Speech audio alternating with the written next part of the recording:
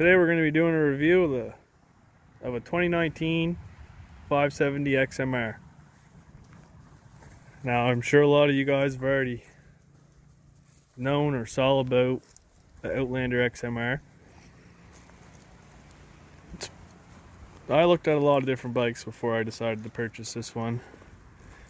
And the thing that drew it to me the most was it came fully equipped with all the stuff I wanted at a good price, and it wasn't a huge bike. I mean, me personally, I'm not a huge guy, you know. Didn't want something that was too big that I couldn't handle myself. So I opted for the 570. A little lack of power, but lots of torque. All in all, couldn't be happier with it. I've owned it for, like, say, probably a little over a year now. Bought it last year in March, and I've put a good, let's see here, almost 1,600 kilometers on it. Couldn't be more impressed with it. There are a few details that I'm going to go over in the video, things that if it were up to me I would change in the newer models, but you know, can't have everything. First and foremost, we'll go over the tires. These got, like, say, you know, 1,500 kilometers on them. Wearing great, ride smooth, even on paved roads for that quick burst where you got to get to a different trail. They love to dig. Storage compartment. There's probably stuff in here, but pair of gloves. Contrary to popular belief, these do have a drain plug in them. It is a pain in the butt to get out, and they're not waterproof. They latch great, you know, the latches are nice, all that great stuff. However, they don't have a great gasket around the lid, and I would say that water does get up to that drain plug. I do like this style more than the 650 and 850 where the hatch opens in the back, only because I've been on lots of rides in rallies where people are driving around with them wide open and they're losing their stuff out of them because they either forget about them or they pop open because they have a different latching system. I haven't had to replace the belt yet, which is great, so I really don't want to. When I purchased the bike, it did not come factory with a winch. I installed the winch myself. It's pretty straightforward. Not a whole lot of cutting or anything like that involved. Actually, I didn't have to cut nothing. The worst thing was getting the bolts into the position, but after 20 minutes of fighting with it, we got it. I put the quick release plow mount on the front, only because it snows a lot where we're from. The lights are good and bright, high and low. Obviously would love to have the look of the 4 lenses instead of just the 2, but like I say, you can't have it all. Yes, the front high mount rad. I would not buy a bike without a high mount rad now, not after having this one. Absolutely love it. Just went riding with it last weekend. Got a little bit of mud down in the very bottom of it, and just never hit it good enough with the hose, I guess. But I mean, for the most part, could you imagine if the rad was down in here? I couldn't imagine. Not at this point. I've cleaned way too many radiators out to need to deal with that again. So my first time owning a bike with the gas tank down beside the seat instead of up by the handlebars. Not a big deal. I don't notice a huge difference. It's in ride comfort or anything like that. I do catch myself checking to make sure that the gas cap is there after I fill up, because you know, you can't see it just to look down, so always don't really want to lose that. I put my winch switch up pretty much like they would if you bought it from the dealership, next to all my other controls, quick for my thumb. A lot of people put them down under here. I kind of wanted mine up just because there's already a lot of controls down there. So go over a couple things. Starter, quick on and off. The DPS to, and when you're in reverse, get it out of its stall mode for faster reversing. Four-wheel drive on and off. I know a lot of reviews have shown that this is four-wheel drive, this is two-wheel drive. Notice the difference. When I first bought the bike, I noticed driving down the road, while driving down the trail, mostly going from high to low range, I was having a problem with the selector mechanism inside. When I would jump off of more of a groomed trail into more of a muddy trail, I would, come to a stop, put it in low, continue on going because I had people behind me. I didn't want to hold them up, so I'd just drive it into low, get back on the throttle, and get going down the trail for a little ways, and I'd hear like a clicking sound. And what was happening is the gear selector wasn't fully engaging into low. So on my digital readout, it was still saying it was in high, but my gear selector was in low. So I was kind of stuck between the ranges. Called up Can-Am. They sent a guy out. He tore the plastics off of it, realigned the shifter a little bit, put it back together. It seemed to cure the problem for the most part. It still did happen from time to time, but I just kind of blamed it on the fact that it was brand new and stuff needed to kind of get wore in a little bit before it's going to be good. It seems to be good now. Like say I've put 1,600 kilometers on it, so haven't really had too many problems. There are some things that I do not like about it, however. It is a tall bike. Probably not viewing it, it probably doesn't look as tall. Sitting on it, you feel tall, which is, in my opinion, kind of nice because, it's nice to be able to have maneuverability over your bike. It doesn't feel tippy. You can take a slope. It doesn't feel like it's going to roll over. Maybe for the first couple rides until I got used to it, but I was used to driving Polarises and stuff that you sat a little lower on the seat, so you didn't feel quite as tall. Other than that, it's got great stability, lots of power from out the gate. It'll do 100 kilometers an hour, which, in my opinion, for where I ride, I don't know why I'd want to go any faster than that. 100 kilometers an hour, to me, you're not going to be doing that all the time anyway. The tracks, they got a speed limit. We're going to leave it at that. But I mean, unless you're flying down a paved road or a dirt road, you're not going to be going anywhere near 100 kilometers an hour.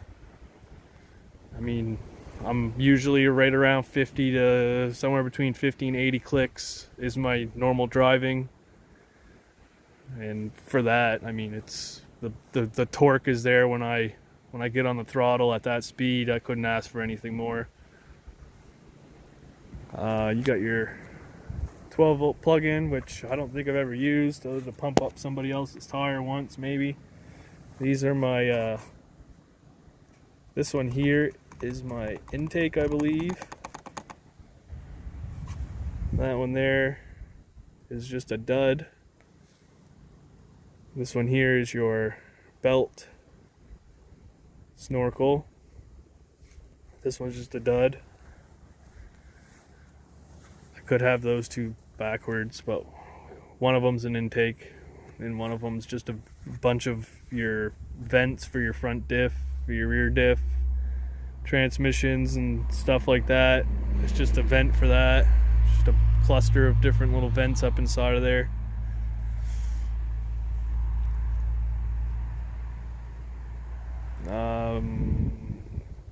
The brakes, we'll go over the brakes. The brakes are from factory, eco-friendly, so they don't typically last very long. This one here went in for its first service and was told that the brakes were probably only barely half wore out, whereas a lot of my friends that bought them, they were all needing to replace theirs. I don't know, it's just different riding techniques, I guess. I tend to let off the throttle when I know the corner's coming instead of going into the corner at full speed and jamming the brakes on trying to come to a stop. Not saying that that's what they did, but you know, the proof is in the pudding.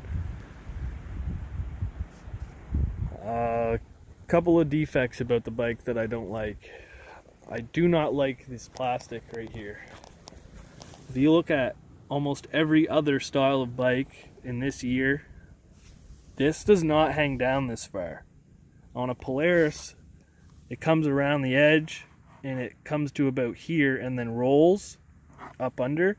This is just a piece of plastic, and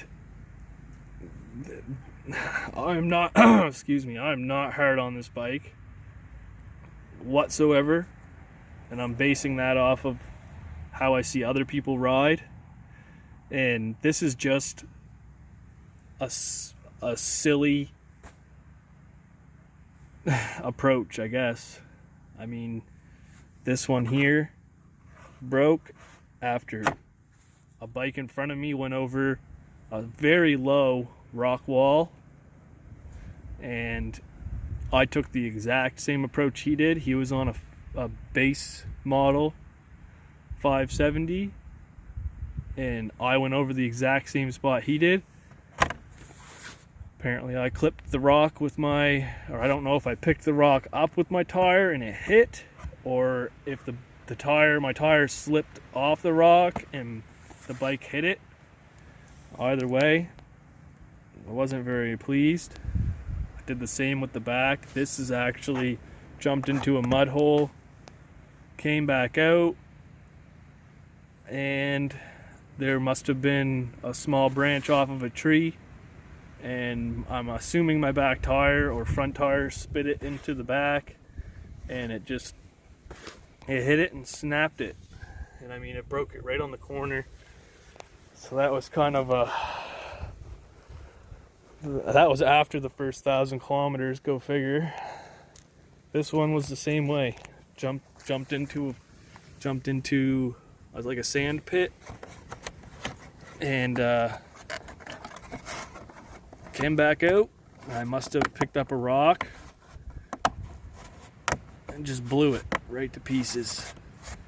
I know a lot of people online they're cutting this down, so they're taking like a good swoop out of here and then coming and just cutting this about an inch down from where which I don't know. I've been pondering the idea of just buying new ones, having them just in case I ever sell the bike, I can put factory ones back on it, and then just cutting these ones for me, because some people just don't like buying cut up stuff, and I can't blame them, because I probably wouldn't either. There should be a piece of metal in behind there that comes off of your two footwell tabs. In my opinion, should be something that reinforces the back side of this, because it's just too weak. It breaks way too easy. I wasn't a big fan of the yellow. I'm still not, but it's growing on me, I guess. I say it's really hard to keep clean. I mean, what four-wheeler isn't? But I find this tends to stain a little bit, and So I have to keep up on the cleaning if I want it to look like a newer bike. Although if I was to buy black, I'd be disappointed too, because I don't know if you guys can tell how glossy it looks up here and how matte finished it looks down here. Try to get a better angle for you, but this is just from my lag rubbing on there, and you can see where the stickers wore. That's just from my lag rubbing on it. And I know that was a big thing when the sales rep was selling me the bike, saying that even if you bought a black bike, it's going to be a matte black bike by the time you're done, because branches and stuff rubbing against the bike is going to dull the sheen. And I mean, it's a four-wheeler. I bought it to go four-wheeling, so I'm not too upset about it. A couple other things I dislike is this right here. This whole piece comes off to access stuff underneath. I'll show you here. It pops up, and you can see the intake for the bike is here, and that cluster of vents I was talking about, a bunch of those little pink lines, and then all my winch wiring and all that's underneath there as well. But this is the biggest pain in the butt to get to lock back down in there after you've taken it off. It is the biggest pain in the ass. And this, if you don't get it right, the vents on the back side of it push the display out, so you have to line it up good.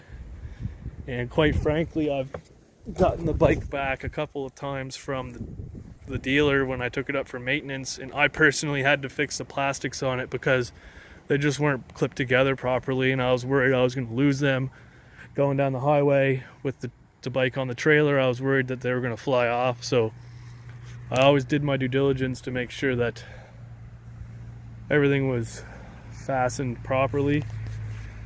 Under the seat's probably going to be a little dirty, but this is a review, so I'll show it to you anyway. So you got your brake reservoir, battery, your air filter is actually, pull that out, air filter here, it's got a really good lock on it, probably going to need two hands, but your air filter's in there, which, you know, it's not a bad spot. It's easy to get the plastics off as long as it's not too cold or brittle or something, and you give her a good yank and she snaps the plastics. I'll show you up under the snorkel. This video is getting a little long.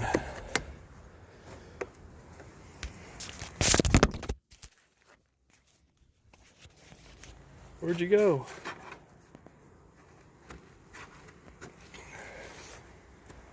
So yeah, these, they just, you get two quick release things here.